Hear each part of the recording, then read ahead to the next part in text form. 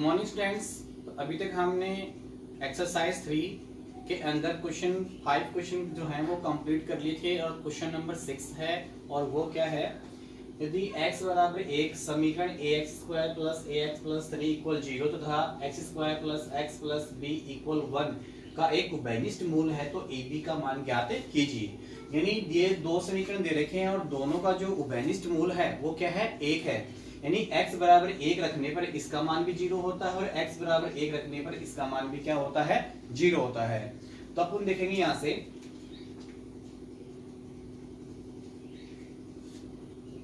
ax square plus ax plus 3 equal 0। x बराबर 1 रखने पर तो क्या मान प्राप्त होगा इसका, a इंटू 1 का whole square plus a into 1 plus 3 equal 0। इसको सोल्व करेंगे तो a प्लस 3 इक्वल 0। तो क्या हो जाएगा, ये 2a और इस 3 को ट्रांसफर करोगे तो माइनस का 3। तो आप देखोगे a बराबर कितना होगा, माइनस का 3/2। a का मान कितना आ गया, माइनस के 3/2।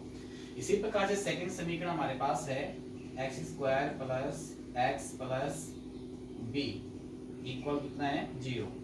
और x बराबर क्या रखना है अपने को, 1 रखने पर तो क्या प्राप्त होगा, 1 का square plus 1 plus b equal 0। तो क्या प्राप्त हो गया, 1 और 1 कितना हो जाएगा, 1 प्लस b इक्वल 0। तो b और 1 हो जाएगा 2, ट्रांसफर करोगे तो माइनस का 2। आपको वैल्यू किसकी निकालनी है, ए बी ज्ञात करना है। क्या ज्ञात करना है, ए बी। तो a का मान देखो कितना है, माइनस के 3/2 और b का मान कितना है, माइनस के 2। 2 से आपका 2 कैंसिल हो जाएगा तो ए बी बराबर कितना आ जाएगा, प्लस के 3 और माइनस में माइनस क्या हो जाएगा, प्लस हो जाएगा। इस प्रकार से हमारे पास ए बी की वैल्यू क्या आ गई, 3 आ गई।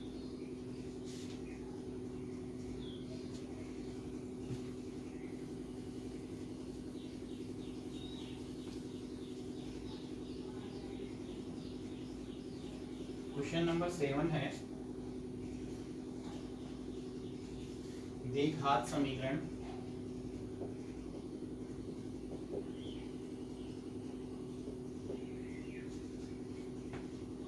(3√3x स्क्वायर प्लस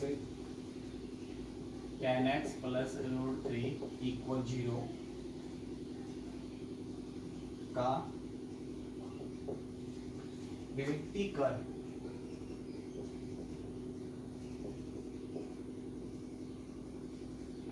होगा। विविक्तीकरण का मतलब अपने को क्या निकालना है, d निकालना है। तो अपने पास द्विघात समीकरण है 3√3x square plus tan x plus √3 equal 0। यहाँ से a b c की वैल्यू निकालेंगे तो x स्क्वायर का जो गुणांक है वो a का मान है, कितना है 3√3, b का मान x का गुणांक और विदाउट x c का मान। यहाँ से अपने पास d बराबर क्या होता है, b square minus 4ac divide कर यानी d निकालना है। तो b की वैल्यू कितनी है, tan का square minus 4 into a 3√3 into c √3। tan का वैल्यू कितना होगा 100 और 4 3 12, √3 को √3 से गुणा करेंगे कितना आएगा, ओनली 14। तो 12 3 कितना आ गया, 36। तो हमारे पास कितना आ गया, 64। यानी 64 के आगे विविक्तीकरण या d का मान आ गया।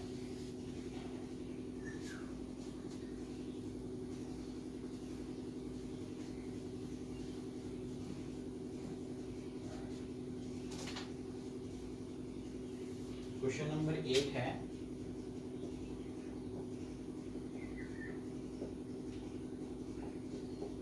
द्विघात समीकरण 4x square minus 12x minus 9 equal 0 के मूलों की प्रकृति ज्ञात कीजिए। तो मूलों की प्रकृति से मतलब आपको ये बताना है कि इसके मूल वास्तविक और भिन्न हैं या मूल वास्तविक और समान है या काल्पनिक हैं। तो अपने पास 3 कंडीशन होती है। d बराबर अगर 0 होता है तो मूल वास्तविक और समान होते हैं। d का मान ए का मान 0 से बड़ा है तो मूल वास्तविक और भिन्न भिन्न होते हैं, और ए का मान 0 से छोटा है तो मूल कैसे होते हैं, काल्पनिक होते हैं। तो हम यहाँ से हमारे पास द्विघात समीकरण दे रखा है 4x² - 12x - 9 = 0। तो यहाँ से आप देखोगे a की वैल्यू कितनी है 4, b की वैल्यू -12 है और c की वैल्यू -9। तो d बराबर हमारे पास क्या होता है b² - 4ac, b की वैल्यू -12 का होल स्क्वायर -4a, a का मान 4 और c का मान क्या है -9। -12 का कितना हो जाएगा प्लस के 144 माइनस यहाँ पे कितना आ गया 4 चौक 16 और 16 निम्न कितना होता है 144 और माइनस माइनस कितना हो जाएगा आपके पास ये प्लस के 144 कितना जाएगा 288 और 288 क्या है ग्रेटर देन 0, यानी 288 का जो मान है वो क्या है 0 से बड़ा है। तो मूल क्या है वास्तविक और भिन्न भिन्न है, अतः है d ग्रेटर देन 0 है तो इसके मूल वास्तविक तथा भिन्न भिन्न है।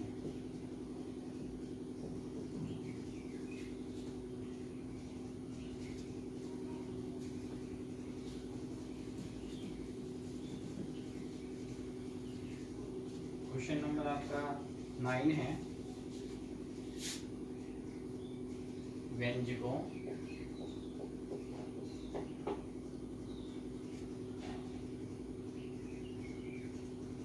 एट a² b² c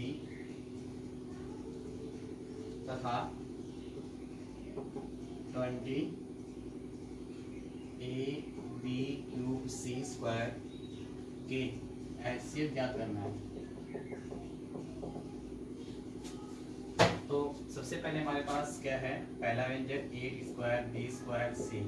तो 8 को आप क्या लिखोगे 2 × 2 × 2 इंटू a² b² c। तो आप इसको क्या लिख सकते हो 2³ इंटू a² b² c और 20 ab³ c²। तो क्या होगा 2 × 2 × 5 इंटू ab³ c²। तो इसको आप कह सकते हो 2² × 5 इंटू ab³ c²। HCF निकालना है तो HCF में अपने के पास देखना होता है दोनों मान बैलेंस होना जरूरी है और छोटी पावर आती है। तो 2 देखो दोनों के अंदर है और छोटी घात कौन सी है 2 की घात 2। फिर आप देखोगे 5 इसके अंदर है परंतु इसके अंदर तो नहीं आ सकता, a इसके अंदर भी है और a इसके अंदर भी है, पर छोटी घात कौन सी है a, तो a कॉमन आ जाएगा। फिर आप देखोगे b इसके अंदर भी है, इसके अंदर भी छोटी घात कौन सी है b²। फिर c देखोगे इसके अंदर भी है, इसके अंदर भी छोटी घात कौन सी है c। तो आपका आंसर कितना जाएगा 2 दूनी 4 4a b² c। क्या आ गया आपका HCF आ गया।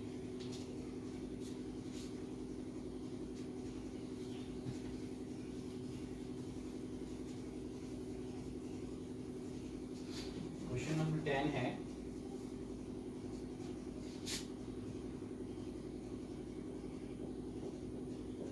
व्यंजकों x² - 1 तथा x² + 2x + 1 का LCM है।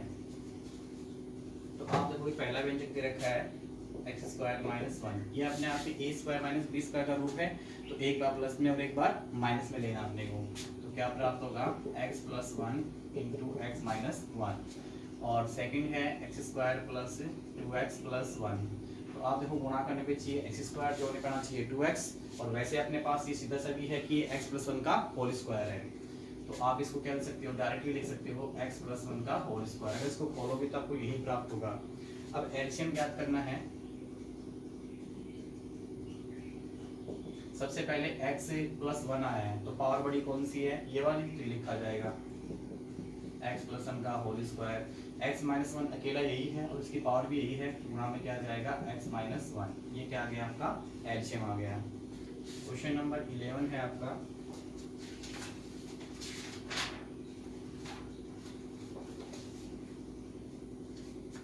व्यंजक 6x² तथा 10xy² का LCM 30x² है तो HCF होगा। तो आप देखोगे यहाँ से आपको व्यंजक दे रखे हैं, दो व्यंजक। तो आपका पहला व्यंजक क्या है,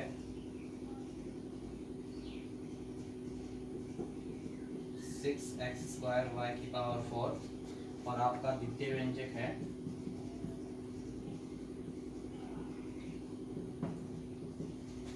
10xy² और LCM आपको दे रखा है 30x²। आपका फॉर्मूला होता है दोनों व्यंजकों का गुणनफल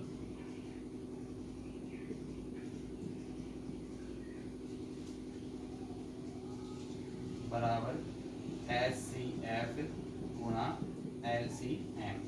आपके दोनों व्यंजक क्या हैं, 6x² इंटू 10xy² अपॉन बाद में लेंगे इक्वल कितना है HCF। HCF आपको दे रखा है, LCM दे रखा है, HCF पूछा है। तो LCM कितना आपके पास, HCF तो आपको ज्ञात करना है और LCM कितना है 30x²। ये मान इसके हल में आ जाएगा। इसको आप सोल्व करोगे तो 60, x की पावर कितनी आ गई 3 और y की पावर कितनी आ गई 6 और अपॉन कितना जाएगा 30x² y की पावर 4 इक्वल कितना आ गया HCF। तो आप इसको सोल्व करोगे 30 दूनी 60, तो HCF क्या आ गया 30 दूनी 60 और यहाँ पे x की घात 3, यहाँ पे x की घात 2, तो एक घात बच जाएगी x की, y की घात 6, y की घात 4, कितनी बच जाएगी y की घात 2।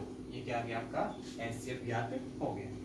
इस प्रकार से हमने विविध प्रश्नावली के अंदर 11 क्वेश्चन कंप्लीट कर लिए हैं। सभी विद्यार्थी इनको रफ रजिस्टर के अंदर निकालें और किसी प्रकार की कोई भी समस्या है तो आप क्या है व्हाट्सएप या कॉल के माध्यम से पूछ सकते हैं और सभी विद्यार्थी लगातार कंटिन्यू होमवर्क करते रहें।